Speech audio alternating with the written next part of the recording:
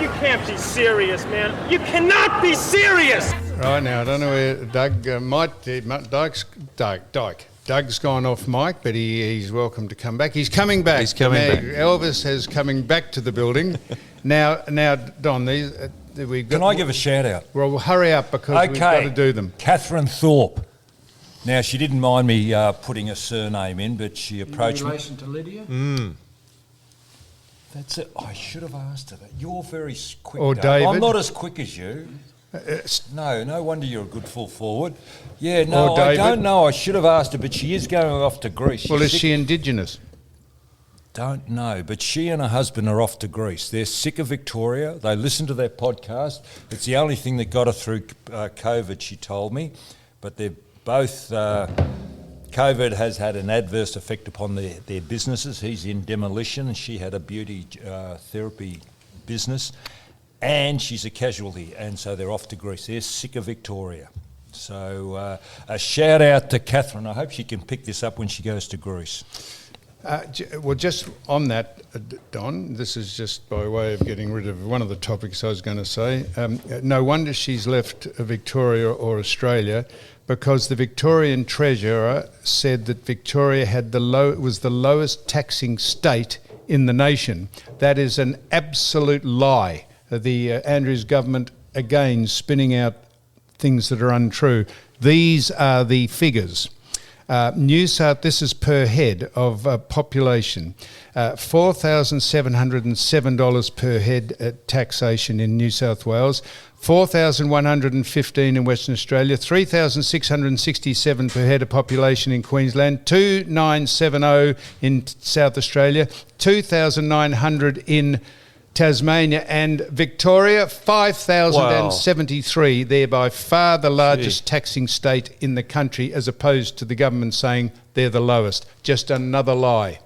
Any more shout-outs? I've got 100 of them, and we need to do them quickly, because we're going to speak to a man from the United Kingdom who's on about the COVID vaccines. Very interesting man, we think. Now, I didn't get to talk to Ricky, but do you think he's going to have a welcome to country at his birthday party? I'm sure he won't be having a welcome to country. I could do it. Pardon? I could do it. Well, that's right. Well, that's my country down there, down Bay Street. It is, Ivan, and you wouldn't ask for a fee, unlike how do you know? Well, he might ask for a fee. You just don't know what Ivan's up to. We have a mutual friend, Sam, who was supposed to compare a reunion I had, and he had to say the welcome to country, and he refused. He said, "I'm not going to." And they had to get somebody else. Yep, and we've got to have people push back on it, because absolutely. This is not disparaging to the people, not to Aboriginal people, but it is just a rort. There's no need for it. It just singles out white against black, and we are one nation, and we don't have to be reminded that we're not. If you want to have unity, get rid of all that nonsense. There's no point to it. It's just ingratiating the Indigenous community to make money for no reason. No reason. You doing the shout-outs quickly? Jacinta? No, Janita. Jacinta or Janita. Janita. Janita and Wendy from Lake Wendouree. I was up at a function up there in Lake Wendouree. Ballarat. Is that where you took the COVID virus? I didn't have COVID. Well, I rang you up and told you. That's right. I'm at the function. You said, I've got COVID. I said, it's a bit late now. I'm at the function. Yeah, but why wouldn't you just get up and walk out instead of infecting everyone? Because I haven't got COVID. I have not had COVID, and you didn't give it to me because I haven't got it. And then we've got Ryan Andrew. This is from michaelchristianmenswear.com, whose hats are going... Has he taken up your bum off his... michaelchristianmenswear.com, up your ass. We put up your bum in, and people typed in up your bum. And he said, mate, we're getting all these things sent back to us in junk mail because my email is not michaelchristianmenswear.com, up your bum. It's just Michael Christian. He did. People saying up your bum. Are you glad you come in, Doug? So Ryan Andrew, his name's Ryan Andrew Fox, his name is. He's from New Zealand. And he said he gets Mick Michael Christian said he gets a lot of shit about being from New Zealand, you know, all the sheep jokes. Yeah. Incidentally, someone told me that the farmers in New Zealand these days are wearing kilts, Doug, because the sheep have got used to the sound of zippers. I'm not sure if that's true. What are you doing, Doug? Don? Don, you Are we still recording? Oh, no. What did you pull out then? What did I put back in? Oh, no. Jesus. And we had the boys here doing the visual audio here. They are Jonathan, Rob, and Bjarn. They're from Bang & Olufsen, Premium Sound. They're trying to crank up the First TV I've ever had was B&O. Yeah. Bang & Olufsen. Yeah. And Gavin, who's the major technician, he's got the thing working. That's it there. You can't see it because it's not a visual medium, this audio thing on. So why have we got it? Or you got it? To entertain you, Don, when you're not got paying new attention. couches too. I haven't got new couches. I'm taking them in from next door. I'm storing them for someone.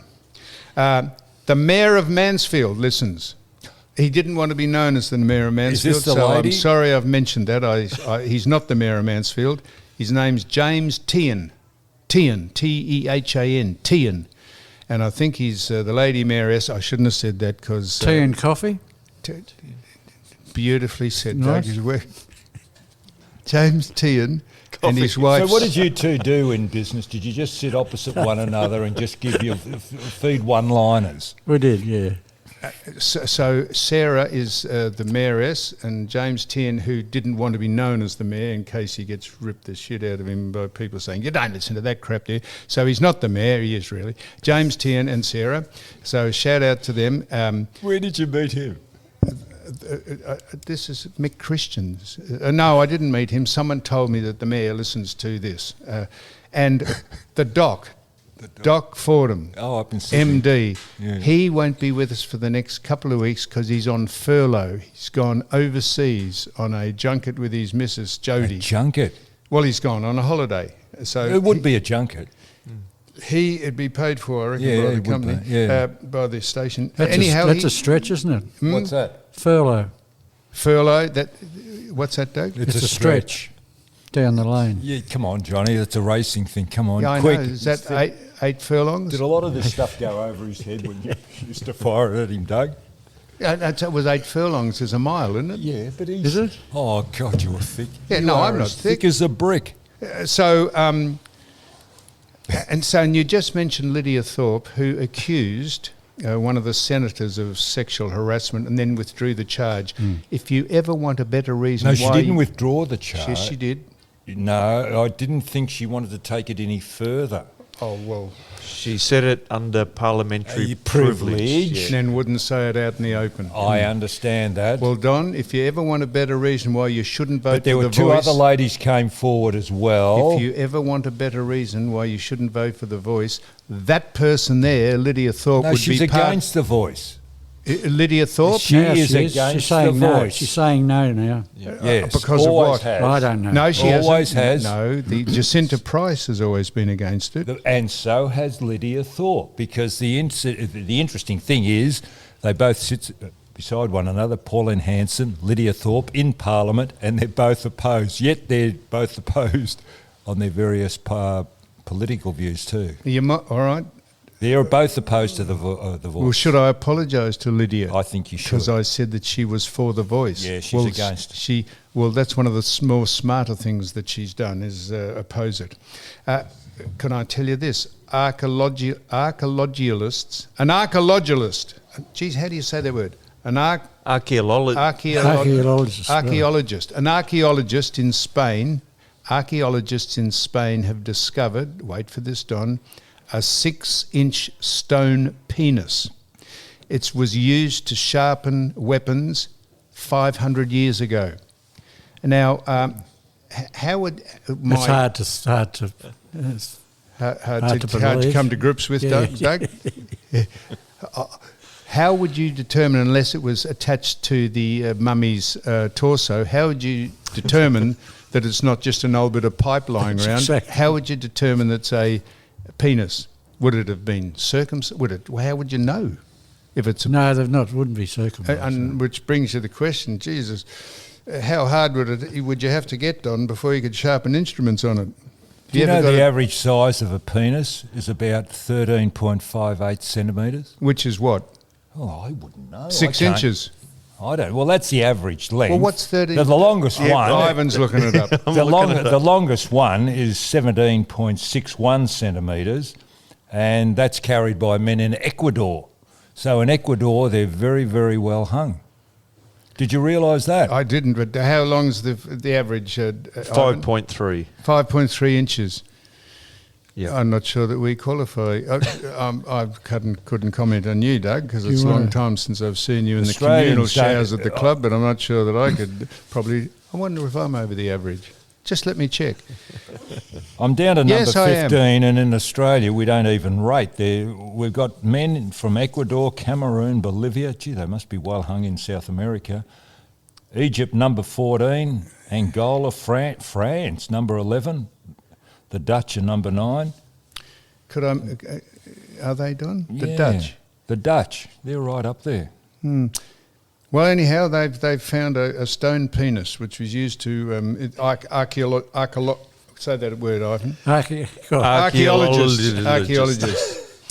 What about this for the irony of all ironies? Now, listen to this. A council in the inner suburbs, which is predominantly a Muslim-controlled council, wait for this, Don, in this day of inclusion and diversity and equity, have banned rainbow flags flying from public buildings, banned LGBTQ flags and everything, and you can't fly them on anything to do with the council.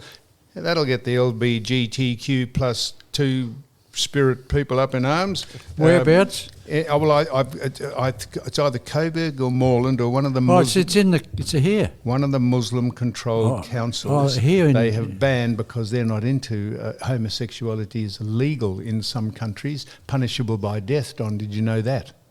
Hang on, so you're saying the Moreland Council? I'm saying they didn't say which council it was, but the Muslim-controlled council. I thought it was Moreland, wasn't it? No, that's Hipsterville out there. Okay, which would be a Muslim-controlled council? think? Broadmeadows? Somewhere in the Rugged Tuganini. I don't know, in the western suburbs somewhere, wouldn't it? Well, Or I north don't of know. Melbourne. Anyhow, if you know a Muslim councillor, don't try and hang your flag up on any of their buildings because you'll be belted to with a tape measure, belted to within an inch of your life. So that's happening there. Gay pride marches are out or not on the public streets, and the flags you can't fly above the buildings.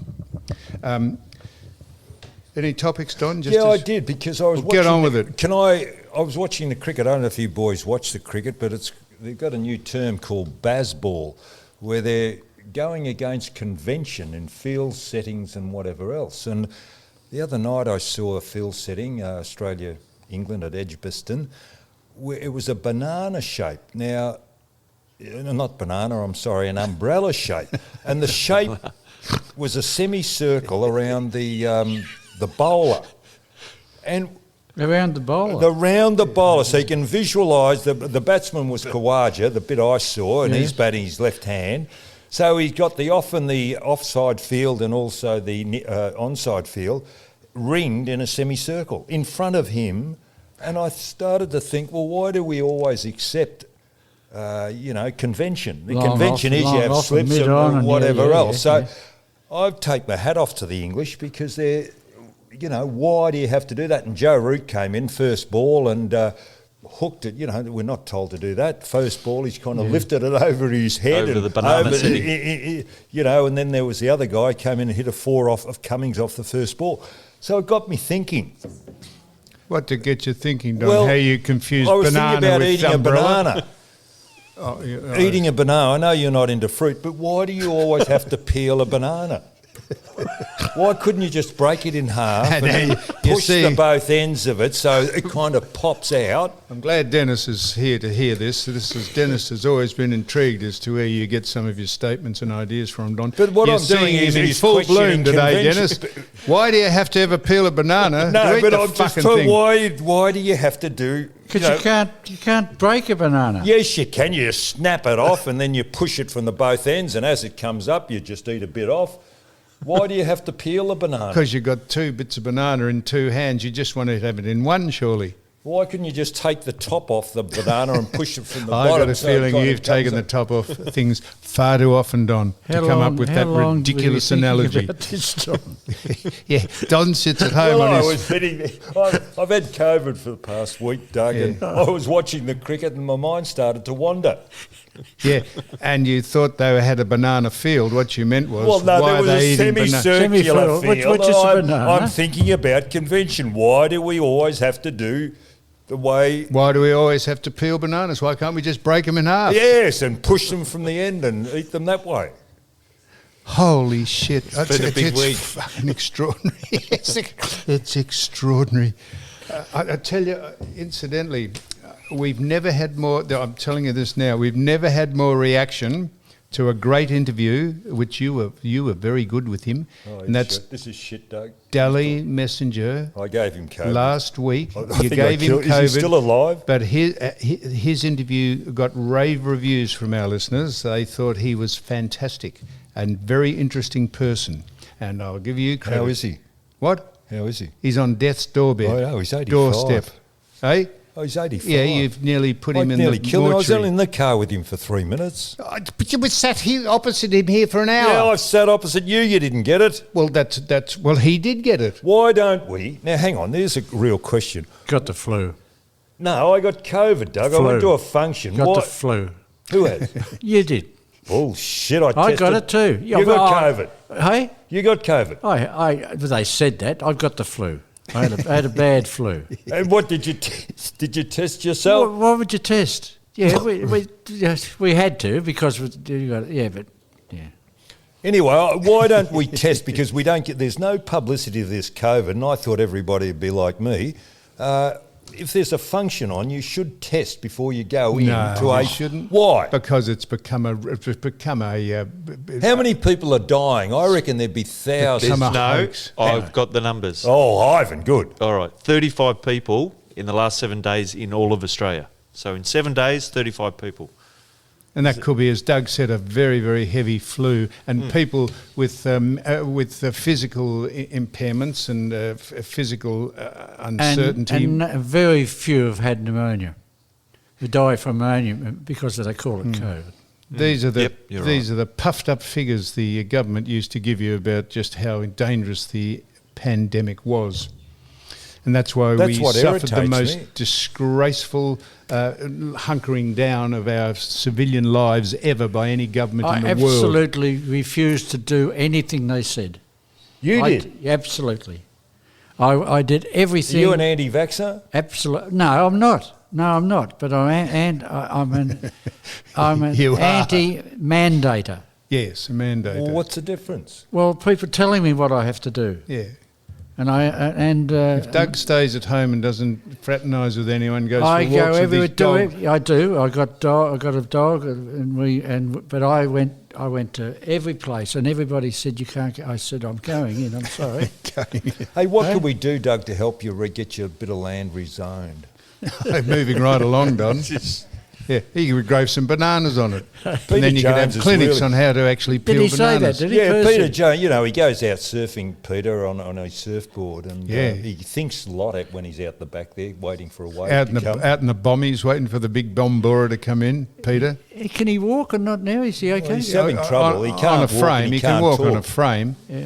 But he's got a frame bolted onto his surf ski, and he gets out He's onto on a surf ski now. surfboard, I meant, Don. Oh, okay. He keeps court, apparently, The big long in- 15-footers that he rides like those Hawaiian boards back in the 50s, and he has a frame on it, Oh, and he holds really? onto the frame, and once he gets going, he can just stand there on the frame. He can actually hang 10 toes over the front of the board. If Really? the frame will The frame will move. If the frame won't slip off the board, he can edge it down to the front. What's he got it on runners? No, he lifts rails. it. He just No, the frame on Yeah, no, runners. I know, he he's can got go a- up and he's down in- the yeah, board. like those dolly things that the cameras have on when they want to do close-ups. They slide it along a rail. I'd love to see him surf. No, Do you think no. he does Bell's Beach as well? No, Bowen Heads. Where's the nearest beach? That's where he is. Ocean- That's only a little shore break at No, Bowen. what's it called? Bellbrae, isn't it? Belbray, yeah. Oh, no, not Belbray. Yeah, Bellbrae, isn't it? No, that's Bell's Beach, yeah. No, but he's in Bowen Heads. He's in Ocean Grove, isn't he? No, who sort knows? of around there, yeah. Yeah, around there.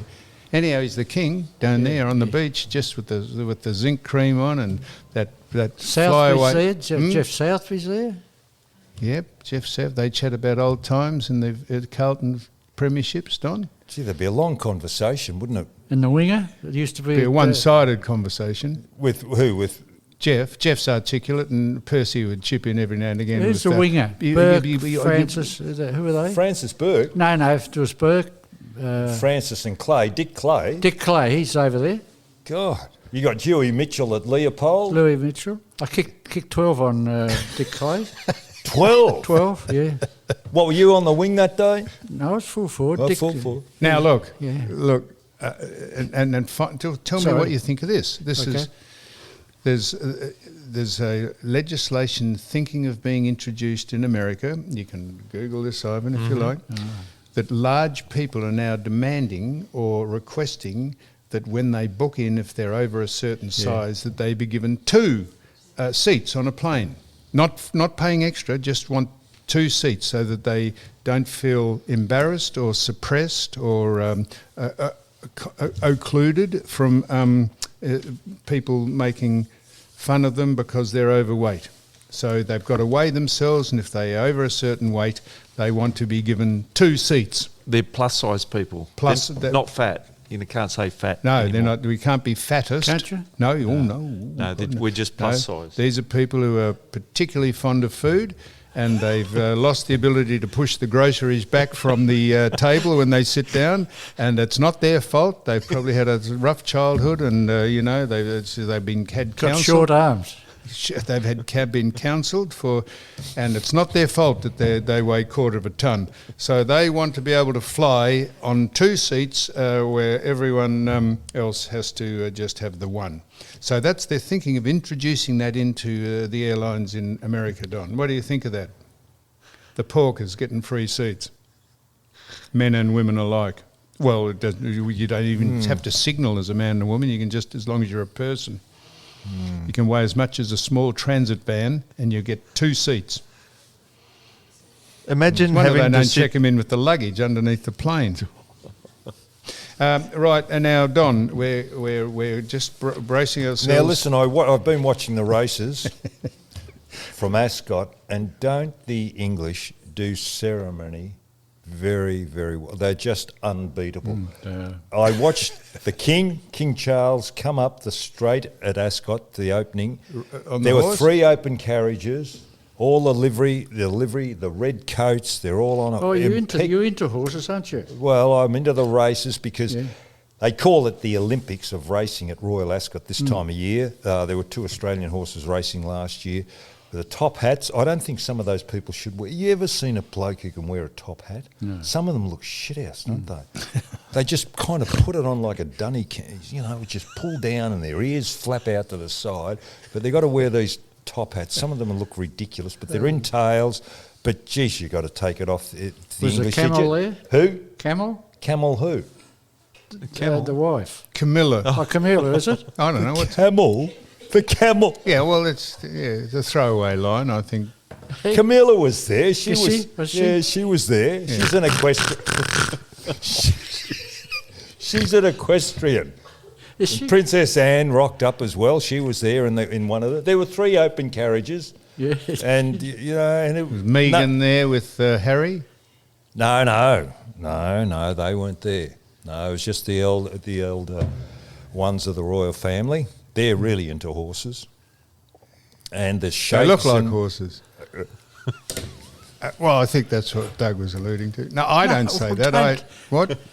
Putting words. No. Anyway, it's on television Don't put tonight. bits into my mouth. Do yourself. Yeah, eats like a horse, a cube of sugar and a bale of hay every 2 hours.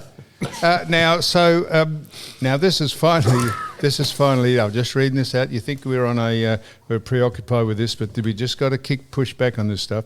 Farmers in Western Australia are furious about sweeping new cultural heritage laws that will require them to pay an Aboriginal consultant up to $160 an hour to obtain permits to do anything on their land. I thought there was a farmer. It's happening now. Yep. There's a farmer over there. He's got to get permission, I think, to use some of his land. Yeah, that's right. You got to pay $160 an hour for someone to come and dig down to see if there's no bones. They're doing that in sacred Drysdale at the right this moment. They're doing Drysdale? Yeah, Drysdale. in Geelong. We had lunch. Liz and I had a lunch with a guy, and he's got a big block of land, and he's trying to subdivide it up. And they said no, we've got to get one of those per field. Yep. Well, you're telling, Sam? Yes. And it's $160 an hour, and there's three of them, and they've got to dig it up. Dig the whole lot. Well, they've got to sort check. through it, sift it through. Do they dig it or they subcontract it out? Well, I think he helps them. Oh, okay. So he gets them, yeah. Guess his hand's dirty. You'll incorporate that into the sale of your property, will you? Hey? You'll incorporate that into the sale of your we'll property. give it. We'll give it. Yeah. Well, look, this is a shorter one because we're going to now. Anything else, Doug, you'd like to bring up? No, We've got I didn't. Dennis and Nola and Liz in, and Dennis is a great listener, and he's got one of our caps on. Don signed it. We didn't want to do michaelchristianmenswear.com out of business, but Well, he's Michael Christensen he's the Michael bloke from Christensen. Christian. Oh, not the AFL. No, his name's Michael Christian as well. It's not Christensen. Not him? No, it's not Christensen. I was going to say, talk to him about. He's both some there. of the things Both that have he's the same trying to name. do. Is it? Yeah, both Michael Christian, Don. Right. Onward Christian soldiers, Oh, right. marching as to war. We used to sing that. We did, marching. It's Sunday school or church? I went to Nice. Sunday school. Behold the mountain of the warlord in latter days could rise. That was, What were your sales meetings? What? hey? Sales meetings. We gather around, people. Doug's going to just give you a brief. Stop I that, sang Don! that. You're shaking the shit I out of the sang that. computer. I was saying that. I was singing. Yeah, Doug, What you- onward Christian soldiers? No. Doug, Behold you- the mountain before our of the sales Lord meetings. shall the latter days shall rise. What? Oh, shit! Do you know you Don. belting the fucking table turned on the music to play the show that we'd ended? You started that, Don, by belting the table. What was this at the Horsham Presbyterian Methodist No, or Church of England? Portland Oh, Methodist. Portland Methodist. Yes. I thought that was all made up of Lutherans No. down through They there. did. We the used to our silo. sales The meetings. what, used near to- the silo at Portland. No, Our that's sales meetings used to start. Doug used to walk into the office and say, "Gather around, everyone," and they'd say, just "All you? hold hands, see if we can contact the living." And we'd all hold hands, and then Doug would give a short prayer and welcome the Lord into our midst. And then we would, because he was a religious man in those days, and he's then not we'd, now? oh no, he's a little bit religious. And then we would all just rush out into the community trying to sell stuff, and we'd come back. With our first person we put on sold a packet of bobby pins. fringe pins. Some fringe. If you know what fringe pins are, they're $2. Who They're employed $2 a million. Bloke came back and said, "I said, you make a sale?" And Doug said, "Yes." He made a sale. No, I said, David Frayne it no, was. David Frayne. He said, "David, what was your first sale?" He said, "I I sold a packet of bobby pins." Bobby pins, they were $1.50. And it cost him $25 in the truck to go out there, and it cost us $50 in postage. My old man came in the next day and he said, "Just send people a cheque, don't bother leaving the office." Listen, which of you two employed Mick Grapsis as your warehouse manager? No, we did. No, He was good. He was good, Mick. He's He still got looks some- like Marty Feldman. He's a knockoff of Marty And Feldman. he had this. Had great tact with the customers. They'd Who ring up Mickey and they'd tell him say, to get fucked? Not God, quite. they're fucked. Not quite. They'd ring up and they'd say, "Look, we haven't received our order. Do you think you could check?" He'd say, "Well, who are you?" No, and they'd say, "Pardon?" He said, "What's your name?" And they'd say, "Well, my name's Frank Swanson." He said, "Just a minute." And he'd come back and he said, "Where do you live?" I said, "Mick, tone, please. Tone. We're trying to fucking sell something here." So that's the day we went to that little place near Horsham. I can't think. Haywood. We pull in. I'd been giving Mick. This is absolutely gospel. Absolutely gospel. As on my kid's life. Mind you, I'm not that fond of it, but on my kid's life. We drive in the car, and I'd said, "Mick, please have some tact. Try and be a salesman." And unbeknownst to me, he probably knew the woman. I don't know. But we pull in, and and he. And I said, "Now get out and go in and say we got some specials, and this is how we do it, and we can express post them up." So he gets in, we pull up outside her door, and he goes "Meh" on the horn. I said, Mick, he said, just a minute. She came to the door, he said, hey, you want anything? She said, no, pretty right today, thanks, Mick. Yeah, righto, hooray. You know he's selling wood in Geelong now, Mick. I'm sitting in the passenger seat of the car. I just threw my hands in the air. I said, Mick, I'll leave it to you, mate. See if you can sell something for the trip. I just sat in the back. How would he get? Read a book. He was a smoker. And Sam had taped his cigarettes to the outside of his... I put him under the windscreen. I said, don't smoke in the car, Mick. I don't smoke in the car. And he said, get fucked. And I said, don't smoke in the car, I'm telling you. So when he went in, he actually got out to go in and see someone and make a call. So I put the Marlboro out under the windscreen wipers. So it looked as though it was on the dashboard. And I'm sitting there pretending not to look at him. And I could, out of the corner of my eye, I could see him looking over to see if I was looking. And when he thought I wasn't looking, he jabbed his hand out to try and snatch the cigarettes. And then he broke his knuckles. He broke his knuckles on the windscreen. He said, "Yeah, fucking idiot." I said, and he pulled a case out. I don't give a fuck. And he got out and he had a fag, sat over on a stump and had a fag and got back in. I laugh. Seriously. Anyhow, How do you think he's going in the wood yard? I'll tell you how we're going. Much wood down in Geelong? We're winding this up now because we've got to speak to this man. So, Doug, what a joy. Sam. And Ivan and everyone. Ivan, yeah.